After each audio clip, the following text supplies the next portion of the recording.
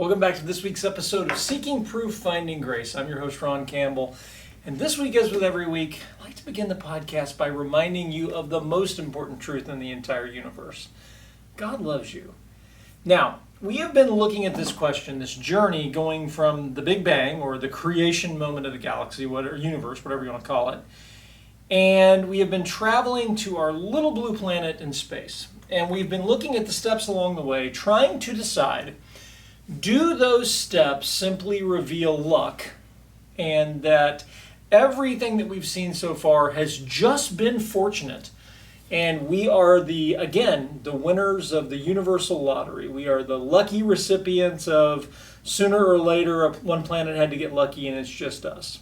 Or do we see the fingerprint of design? Do we see so many of these coincidences lining up, some of them so astronomically improbable, that what we don't see is luck? What we have to be honest about is what we see is the fingerprint of intelligence.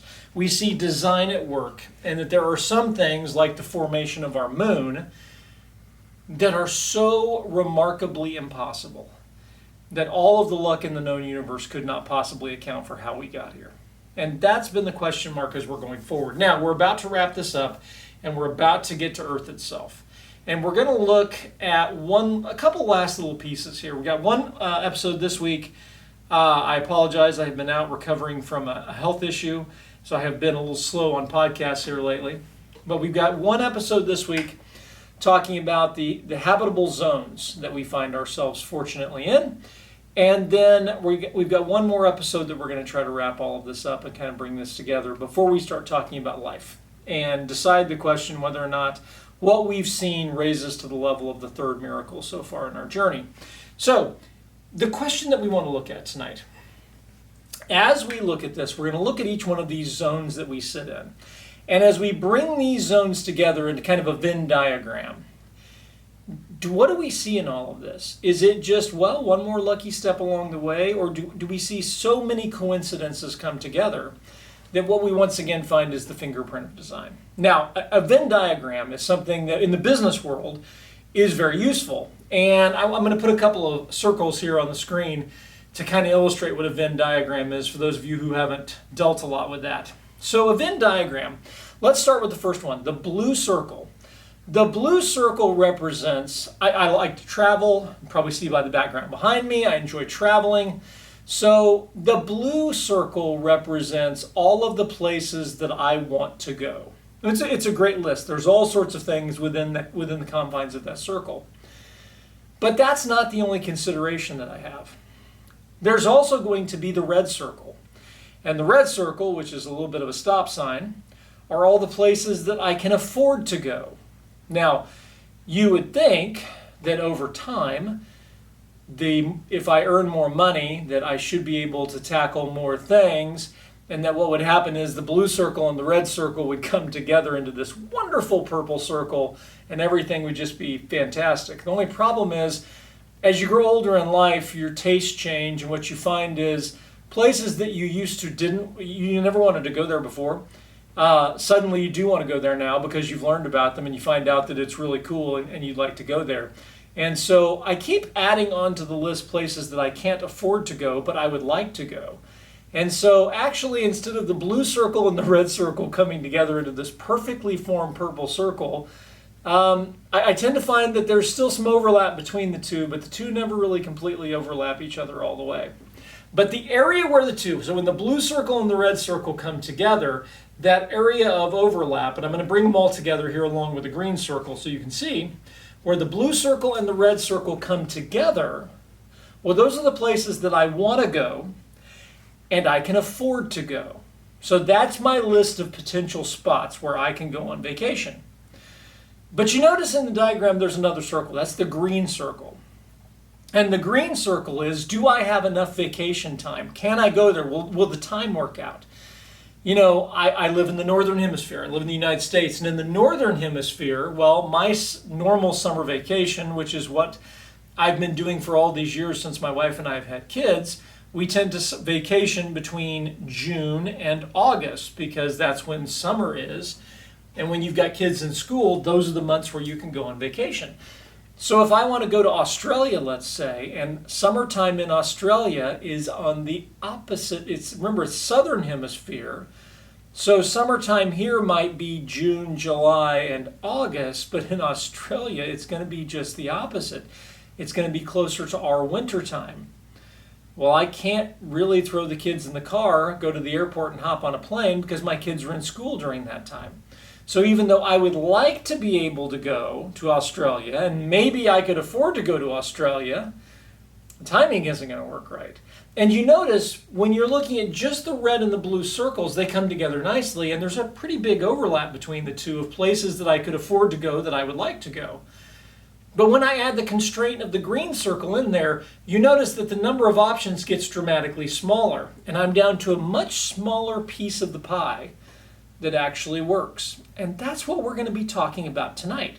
When we look at this question of, well, all of the different habitable zones that Earth could be in, well, how do they interact with each other, and what does that all mean? How difficult and unlikely does it make it that we would find our little planet here? And let's start off with the first one, and I think you'll pretty quickly see where this comes into play. The very first one, and this is the one that we always hear about on the news. When we find the likelihood of liquid water on a planet, immediately on the news you hear NASA or the news media trumpeting that NASA has found a planet where life could exist. You say, wow, I mean, how do we know that? They're so far away. Well, in looking at the planet and looking at various things and looking at its location by its sun, and this is where this is going to come into play, scientists believe that this planet is a likely candidate for life because it lives in the liquid water zone. It lives in a place where if you look at the location of the planet compared to its sun, compared to the type of sun that it is, the energy that it produces, how big of a star it is, where the planet is located, and some very specific things we're going to talk about tonight, that planet sits in the zone where it is likely to have liquid water. And if it has liquid water, that's a game changer because that is one of the prerequisites for life. Now, everything that I've said there is true. The exception to that, and where we tend to get lost in things is, but that's not the only thing. That's one very small thing. And don't get me wrong, it's an important issue, but it's not the only issue. So why is this such a big deal? You need to have water to be able to support life. And everything that we know and understand about life indicates to us that without water, the odds of having life are dramatically smaller.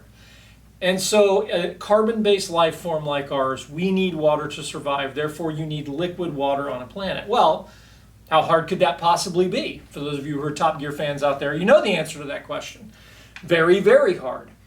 Because if a planet is too far away from its star and it gets too cold, you don't get water, you get ice.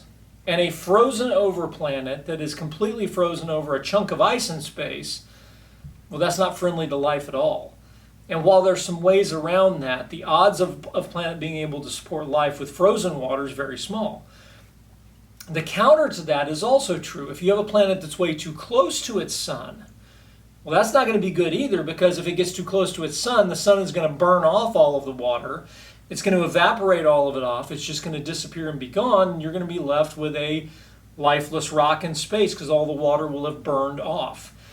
So again, you need this Goldilocks planet. It's in this zone where the sun and the planet are close enough to each other to support liquid water on the planet, not too close, otherwise the water evaporates off, not too far away, or else the water freezes and becomes ice. Now, I'm going to introduce a second one here. I'm going to go a little bit out of order of how I originally thought I would do this.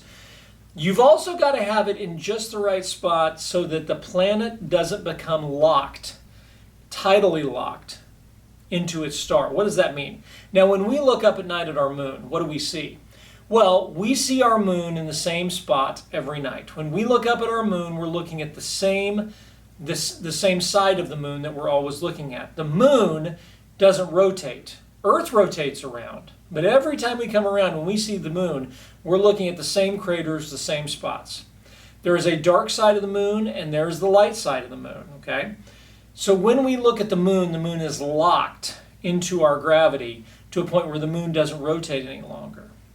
That is tremendously important because you cannot have a planet where the planet is so close to the sun that it becomes locked in one specific orbit around the sun where it's no longer rotating. The problem is going to be exactly what we just discussed before, but it's going to be on the same planet.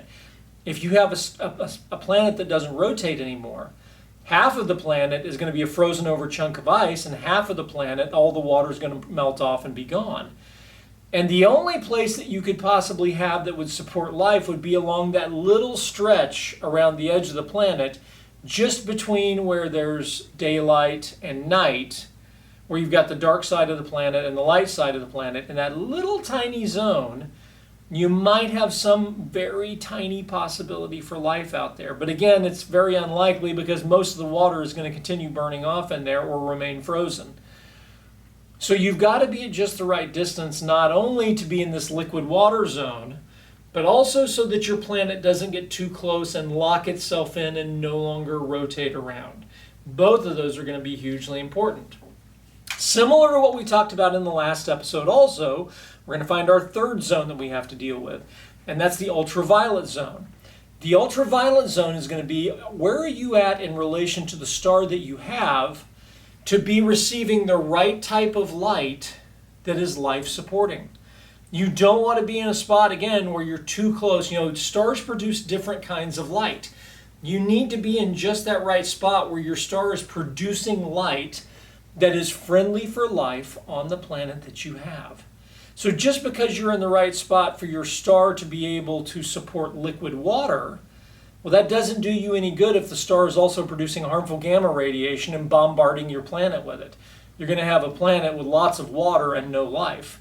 So you need to be in the right spot where your sun is producing the right kind of light at the right distance, at the right time in the star's existence and all that. You've got to be in this UV zone that supports the liquid water zone. It's also helped out by the tidal zone so your planet doesn't get locked up. You can see what we're starting to pull together if you think about it as a Venn diagram like this one up here again. You're starting to pull together all these different zones that have to be just right. And as all these zones come together, what you notice is that little space in the middle where all three of those zones so far come together gets to be smaller and smaller and smaller because in our first three zones, something that's in the right spot to support liquid water, something that's in the right spot for ultraviolet radiation that's friendly to life, and something that's in the right spot to keep your planet from being locked in the same spot from a rotation standpoint. We're going to add to that a fourth one now. The fourth one is the photosynthesis zone. I'm trying to say that 3 times quickly. And again, this is going to be that area where the light from your star is able to support plant life, able to support photosynthesis to allow for advanced life to grow and be supported on the planet. Not just for the plant's sake, but also for the sake of, omnivores like us who are going to need those nutrients, who are going to need the oxygen produced by photosynthesis, who are going to need that plant life to be able to survive and support life.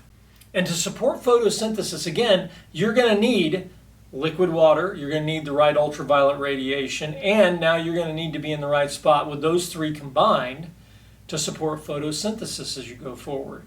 So all of these begin to come together, and what you start to find is a Venn diagram where you've got all these different requirements coming together, and the small space where they all come together and meet the right spot is going to get harder and harder to achieve because each one of these is going to have a very specific set of requirements. You've also, I'm a kid of the 80s, so I grew up hearing about the ozone layer. I think about the mid to late 80s we started hearing about the ozone layer and how we were destroying the ozone layer. You don't hear a lot about that these days. A lot of those concerns, people have backed off of those, and there were a lot of changes that we made and things that we did back in the 90s that I believe helped that issue, but you don't hear about that as a big problem anymore. But the ozone layer protects us from harmful ultraviolet radiation. Well, again, the ozone layer is produced by a complex chemical reaction of things here on Earth, and the location of our planet is going to drive the ozone layer, this zone that we have to be in to have a helpful ozone layer that protects life on this planet from harmful radiation. It's this catch-22, and this is what makes these different Goldilocks zones so very difficult. You want to be in a good spot where you're getting radiation from your star, but you want just the right type of radiation. You need radiation that's friendly and supports life, that produces enough heat on the planet to produce liquid water, but not too much heat that burns it off. You want light that is supportive of the photosynthesis process, and now you find that we want just the right combination of light and chemical reactions and things like that to also protect life from harmful ultraviolet radiation as it's coming through. And that list of requirements keeps getting longer and longer and longer. And I think you see where I'm going with this. We've talked about, 5 so far? And as we keep going down the list, whether it's the rotation rate zone of where our planet is, the rotation rate of our planet, again, we talked a little bit about it being tidally locked, but there's way more to it than that. Whether it's the obliquity zone or the tidal zone, the tidal zone we've talked about.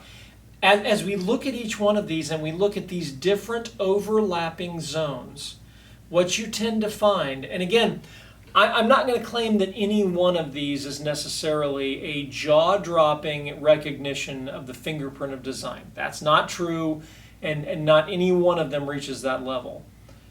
But getting to that place where you've got the right star at the right time, and the right solar system, the right planet, the right moon, all of these things, where you start bringing all these things together. And then you look at the placement of our little planet. And when you start to bring all of that together, and you look at all these different various overlapping zones, the odds of it all just happening on its own seem to be melting away. And it feels like our planet has been put in just the right position for our star, which again we talked about before. Our star is incredibly friendly for life. And all of these various conditions all have to be met. And this goes back to a little bit like what we talked about with Newton's dilemma. When Newton looked at all of the planets and how they orbited within our solar system, he said, obviously we understand how they orbit. And that makes perfect sense, that the gravity of the sun and their interaction with each other and all of these different things. Newton's point was, I get it. I understand how it's all in place now. How did it get that way in the first place was Newton's point. And he said, you can't possibly look at this and expect that this all just happened by chance. And we find ourselves again in one of these very similar dilemmas when we look at all of these various Goldilocks zones that our planet just happens to sit so perfectly in. And if our planet was a little bit further out or a little bit closer in, you start destroying these various zones that are so critically important for life here on Earth. We're going to wrap up next week. And next week I want to talk a little bit more about how precious this little planet is and some of the other remarkable things that we find about our little blue planet floating here in space. And we're going to wrap up talking about all of these various things and see, what do we see? Do they raise to the level of the first 2 miracles that we saw in all of this? The cosmological issue of where did the universe come from, and the teleological issue of the fine-tuning of the universe. When we look at those 2, they clearly point to the fingerprint of design and intelligence. What do we see here? And I want to talk about these next week and bring this all together. So, thank you so much for joining us this week here on Seeking Proof, Finding Grace. If you have any questions for us, you can reach out to us via email at prooftograce@yahoo.com. You can find us on our website at prooftograce.com, and you can find our podcasts on Spotify, iTunes, and here on YouTube. I hope if you like this episode and if you like the podcast, that you'll subscribe to the podcast and like this episode to help us reach more users. Thank you so much for joining us this week. And I hope you remember once again, the single most important truth in the entire universe is how much God loves you. And I hope you're starting to see his fingerprint in everything around you. Thank you so much for joining us, and have a great week this week. Bye-bye.